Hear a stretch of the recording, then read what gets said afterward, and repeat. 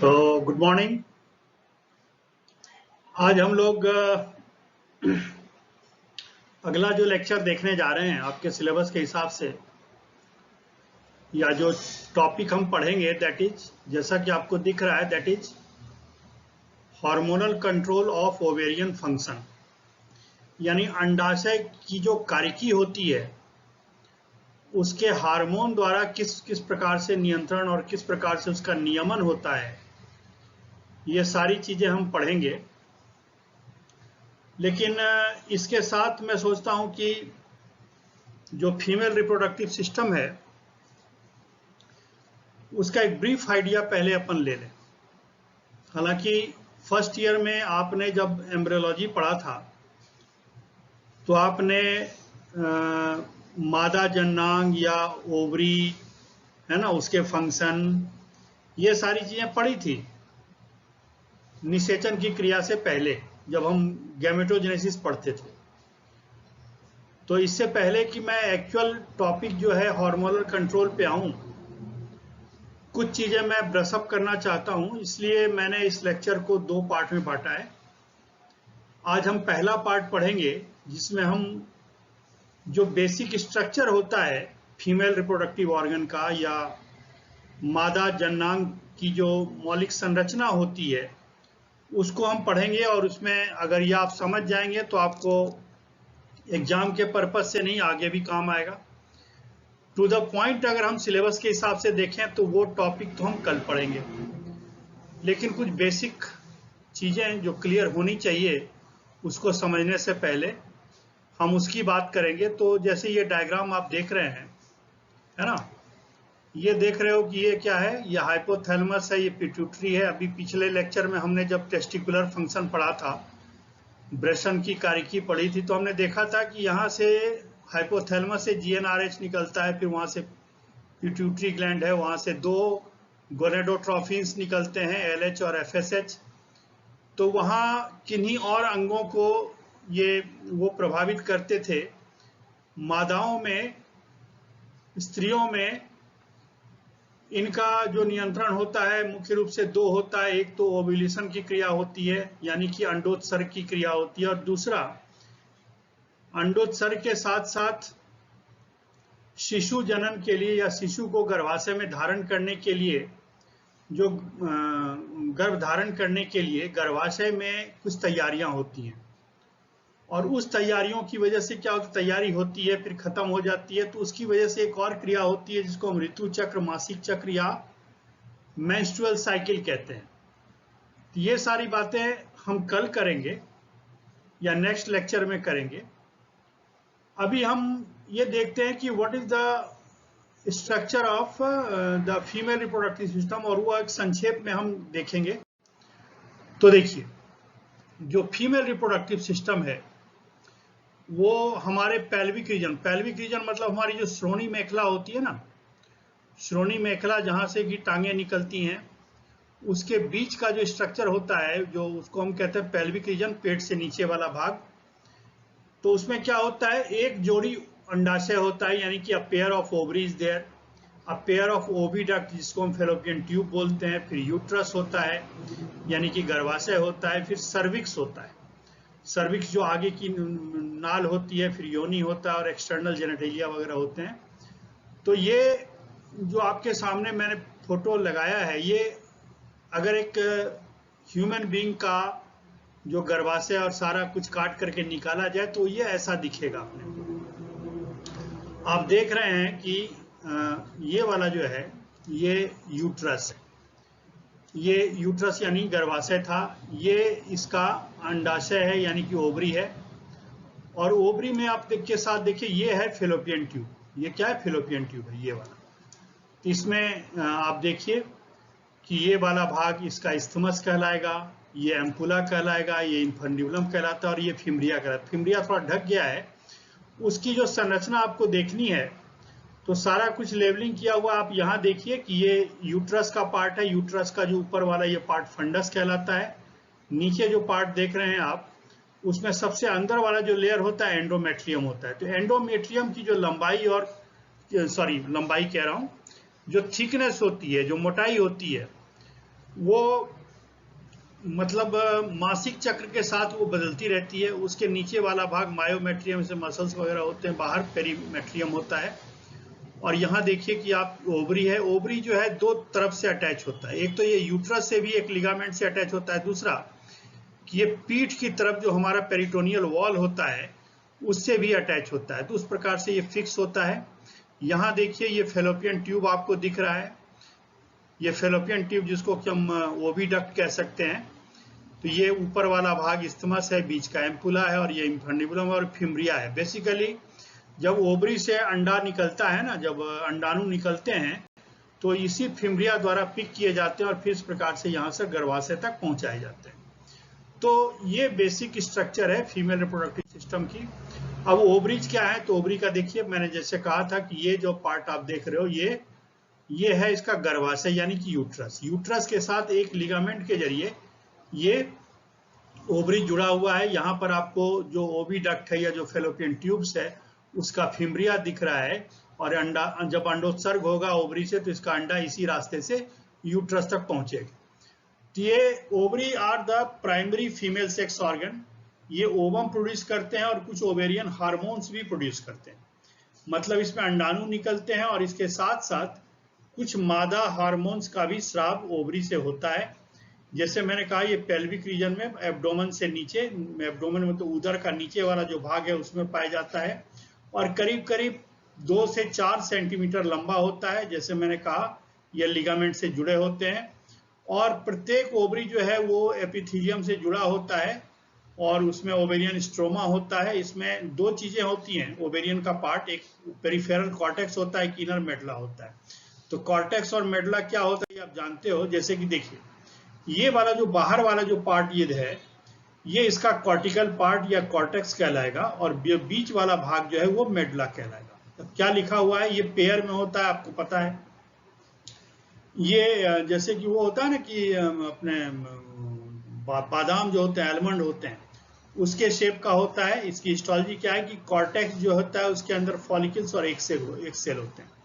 अब इस जगह को अगर आप ध्यान से देखेंगे यहाँ पर, तो आपको छोटे छोटे अंडाणु या प्राइमोर्डियल फॉलिकल्स है ना, जो प्राइमोर्डियल फॉलिकल्स हैं या जो शुरू में विकसित होते हुए अंडाणु यहाँ पर जो आपको दिख रहे हैं, जो एक प्राइमरी ओवर या प्राइमरी ओ साइट में बदलते हैं। ये सारी चीजें आप फर्स्ट ईयर में पढ़ चुके हो। और उससे एक प्राइमरी फॉलिकल का निर्माण हुआ। प्राइमरी फॉलिकल धीरे धीरे मैच्योर हुआ। मैच्योर होने के बाद ये अभी डेवलपमेंट के स्टेज में है। ये देखिए कि प्रत्येक फॉलिकल में क्या होता है, बीच में खाली जगह होती है, इसमें कोई फ्लूइड भरा होता है, इसको एंट्रम बोलते हैं। और यहाँ पर जैसे मैं अभी मार्क कर रहा हूं, ये जो है इस जगह पर ये आपको ये अंडाणु दिख रहा है। ये जब पूरी तरह से मैच्योर हो जाता है तो इसको हम कहते हैं ग्राफियन फॉलिकल, यानी कि पूरी तरह से परिपक्व फॉलिकल है। अब क्या होगा, अगला स्टेप ये होगा कि इसमें से जो एग है ये रप्चर करके बाहर निकलता है, और रप्चर करके बाहर निकलने के बाद क्या होगा, फिर वो फेलोपियन ट्यूब उसको यूट्रस में पहुंचा देगा। जब ये ग्राफियन फॉलिकल से अंडाणु निकल जाता है, उसके बाद की जो संरचना होती है उसको हम कहते हैं कॉर्पस ल्यूटियम। क्या कहते हैं, कॉर्पस ल्यूटियम। और ये कॉर्पस ल्यूटियम ये मैच्योर हो गया। ये कॉर्पस ल्यूटियम जो है ये भी बहुत महत्वपूर्ण अंग है ओवरी का, क्योंकि ये एक फंक्शनल इकाई है, एक डायनामिक इकाई है। एक क्या कारिकी से जुड़ी एक संरचना है, क्योंकि इसमें से बहुत सारे हार्मोन्स, खासतौर से प्रोजेस्टेरॉन है, कुछ एस्ट्रोजन है, कुछ और हार्मोन्स वगैरह निकलते हैं। और जो मेडुला वाला पार्ट है, यहाँ क्या लिखा हुआ है, यहाँ पर कुछ संयोजी ऊतक होते हैं, ब्लड वेसल्स होते हैं जो पोषण देते हैं, लिम्फ डक्ट्स वगैरह होते हैं। और ये जो जर्मिनल एपिथेलियम है, ये क्या होता है, जर्मिनल एपिथेलियम देखो ये यहाँ पर आपको कुछ जर्मिनल एपिथेलियम मतलब ये किनारे किनारे कॉर्टिकल रीजन में हुआ करता है। So this was the histology of the ovary. अब ओवेरियन फॉलिकल जो होता है उसमें oocyte या एक सेल होते हैं, और साथ साथ जो ओवेरियन फॉलिकल जो होता है वहां से, ओवेरियन फॉलिकल से क्या होता है कि उसके जो ग्रेनुलोसा सेल्स होते हैं वहां से एस्ट्रोजन का निर्माण। तो ग्रेनुलोसा सेल मैं बताना भूल गया, अगले डायग्राम में आपको बताएंगे। तो उसमें से जो एस्ट्रोजन या जो फीमेल हार्मोन निकलता है उसका क्या काम है, उसका काम है यूटेराइन लाइनिंग को, यानी गर्भाशय की जो अंदर की दीवार है उसमें भी वृद्धि करना, उसको रिपेयर करना। दूसरी बात की जो मेंस्ट्रुअल साइकिल या जो ऋतु चक्र होता है, मासिक चक्र होता है स्त्रियों में, उसका नियमन करना। फिर फीमेल सेक्सुअल कैरेक्टरिस्टिक्स, यानी कि जो कहते हैं द्वितीयक लैंगिक लक्षण जो महिलाओं में, स्त्रियों में, मादाओं में होता है, उनके विकास में ये योगदान देते हैं। साथ ही साथ इसका यही काम नहीं होता, बल्कि जो बोन और मसल्स है इसको भी मेंटेन करते हैं। ये जो एस्ट्रोजन हार्मोन निकलता है ना, इसका ये भी फंक्शन है। और फिर मैच्योर फॉलिकल जो होता है ये ओसाइट को रिलीज कर देता है। ये ओवेरियन फॉलिकल, देखिए ओवेरियन फॉलिकल का एक हिस्टोलॉजिकल डायग्राम है, तो अभी मैं बताऊंगा आपको। जैसे अभी मैंने थीका और ग्रेनुलोसा सेल की बात की थी ना, तो जैसे कि मान लीजिए ये ग्राफियन फॉलिकल है, ये क्या है, this is a Graafian follicle, ये लिखा हुआ भी है ग्राफियन फॉलिकल। इसमें ये पार्ट एंट्रम है, ठीक। ये पार्ट आपको पता है कि ये ओवम है। ओवम में जो ये वाला जहां मैं मार्क कर रहा हूं, ध्यान देना, ये वाला जिसको मैं लाइन अभी कर रहा हूं, ये ग्रेनुलोसा सेल्स है। ये क्या है, क्या ये सारे जो मैं अभी दिखा रहा हूं, ये पूरा का पूरा क्या है, ग्रेनुलोसा सेल्स है, जहां से कि एस्ट्रोजन निकलता है। जबकि एक दूसरे प्रकार की कोशिका होती है, इसको हम, जो बाहर वाला एरिया है, इसको हम थीका सेल्स बोलते हैं। थीका सेल से भी कुछ हार्मोन निकलता है जो बाद में ये ग्रेनुलोसा सेल्स को प्रेरित करते हैं और वहां से एस्ट्रोजन का निर्माण होता है। ये आप देखिए, ये बाहर वाला रीजन, ये खैर ये ओवम की संरचना, ओवम के बाहर वाली संरचना कोरोना रेडिएटा कहलाती है, ठीक है।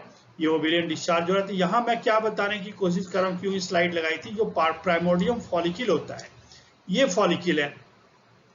अब फॉलिकल में देखिए कि फॉलिकल के चारों तरफ एक स्क्वामस एपिथेलियम की लाइनिंग होती है, और क्यूबाइडल ये ग्रेनुलोसा लेयर है। ग्रेनुलोसा लेयर, मैंने कहा कि यहाँ भी ग्रेनुलोसा लेयर होता है। और ये ग्रेनुलोसा लेयर क्या करते हैं, जैसे मैंने आपको बताया कि ये एस्ट्रोजन यानी एस्ट्राडियोल नाम का एक फीमेल हार्मोन जो होता है उसको सिक्रीट करते हैं, ठीक है। उसके बाद ओवेरियन फॉलिकल में फिर सेकेंडरी फॉलिकल, ये मैं बता चुका इसको। ये देखिए कॉर्पस ल्यूटियम का क्या फंक्शन है, अब हम ये पढ़ेंगे। ये देखिए, ये कॉर्पस ल्यूटियम है, हम बता चुके आपको पहले ही। कॉर्पस ल्यूटियम जो है ये खाली फॉलिकल है, मतलब ऐसा फॉलिकल जिसमें से अंडोत्सर्ग हो चुका है, ओवुलेशन की क्रिया हो चुकी है। तो ये खाली वाला जो फॉलिकल है इसको हम क्या कहेंगे, इसको हम कहेंगे कॉर्पस ल्यूटियम। इससे क्या क्या निकलता है, इससे सबसे मेन जो हार्मोन निकलता है वो है प्रोजेस्टेरॉन। प्रोजेस्टेरॉन हार्मोन का लेवल अगर सही नहीं रहेगा तो गर्भावस्था टिक नहीं सकती। In order to keep the maintain the pregnancy, maintain the stage of pregnancy, गर्भावस्था की अवस्था को बनाए रखने के लिए प्रोजेस्टेरॉन अत्यावश्यक है। प्रोजेस्टेरॉन की कमी होगी तो क्या कहते हैं, गर्भपात हो जाएगा, एबॉर्शन हो जाएगा। इसलिए प्रोजेस्टेरॉन का लेवल मेंटेन करने वाला ये कॉर्पस ल्यूटियम ही होता है। और जब भी ऐसा होता है, मान लीजिए कि अंडोत्सर्ग की क्रिया हुई, तभी निषेचन की क्रिया हो गई, और निषेचन के पश्चात अगर मान लीजिए कि एक जायगोट का निर्माण हो जाता है और उस जायगोट का इम्प्लांटेशन हो जाता है यूट्रस में, इन दैट केस जो कॉर्पस ल्यूटियम है ये मेंटेन रहेगा थ्रू आउट द प्रेगनेंसी। पूरे गर्भावस्था के दौरान जो कॉर्पस ल्यूटियम है ये अपनी पूर्ण संरचना में, पूर्ण फंक्शनल अवस्था में ये पूरी तरह से रहेगा, मौजूद रहेगा, और उससे ये हार्मोन्स निकलेंगे प्रोजेस्टेरॉन जो गर्भावस्था को मेंटेन करते हैं। अब प्रोजेस्टेरॉन के अलावा थोड़ा बहुत इसमें से एस्ट्रोजन भी निकलता है, हालांकि एस्ट्रोजन का निर्माण बेसिकली ग्रेनुलोसा सेल से होता है, फॉलिकल के। उसके बाद एक रिलैक्सिन नाम का भी हार्मोन निकलता है। खास तौर से ये रिलैक्सन का काम तब आता है जब शिशु का जन्म होता है।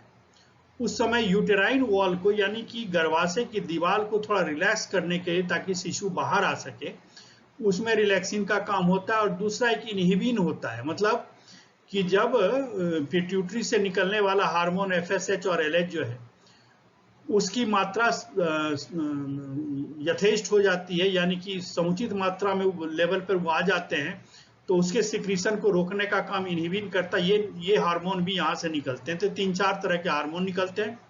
लेकिन बाय द वे ऐसा हुआ कि जैसा कि नॉर्मली होता है कि पूरे जीवन में जितनी भी मेंस्ट्रुअल साइकिल होती है, हर बार निषेचन की क्रिया के बाद तो गर्भ नहीं ठहरता ना।